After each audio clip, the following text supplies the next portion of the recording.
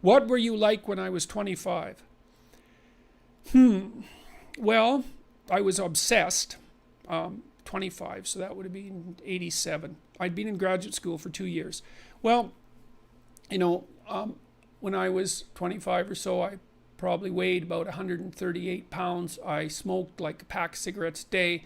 I drank tremendous amount of alcohol. I was from northern Alberta, this rough little town up in northern Alberta called Fairview, and there were long winters there, and my friends were heavy drinkers, and most of them dropped out of school by the time they were 15 or 16, went off to work on the oil rigs, and it was a rough town, and we drank a lot. I started when I was 14, and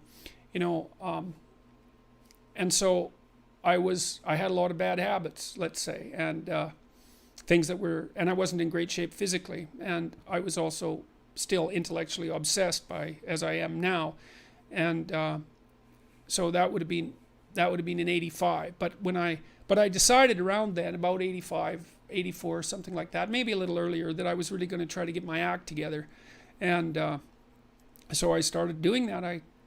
First of all, I quit smoking. Well, that took a long time because I eventually had to quit drinking too in order to quit smoking, and I started working out, started playing sports, which I'd never done. I was a small kid. I'd been skipped a grade, and I was a small for my age, so sports were never, especially team sports, were never really a domain of expertise for me. Although I skied and went trapping with my dad, went cross-country skiing and camping and all that. So, but when I went to graduate school, I started swimming. the first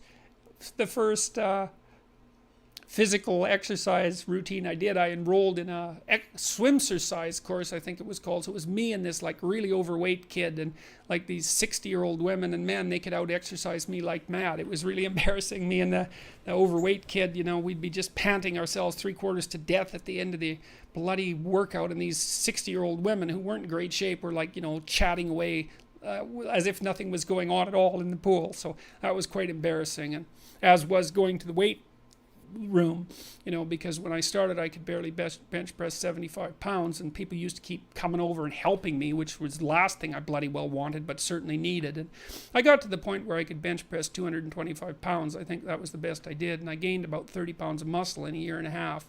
So that was a good thing.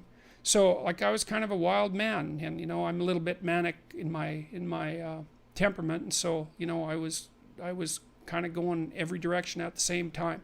So, and I don't regret that. I had a fine time when I was a kid, but I needed really to get disciplined, and I had to do it because I was working on these hard problems that that I've been discussing with all of you, and I've been working on them really obsessively since I was probably about 18, maybe even earlier than that, and got to the point around 25 when I was in graduate school trying to get my PhD, so doing all my research. Like I published 15 papers by the time I graduated with my PhD, which was I think by a fairly large measure the most papers that any graduate student at that time had ever published at McGill. I think that's right. It might have been twice as many, or maybe twice as many, maybe even 3 times as many.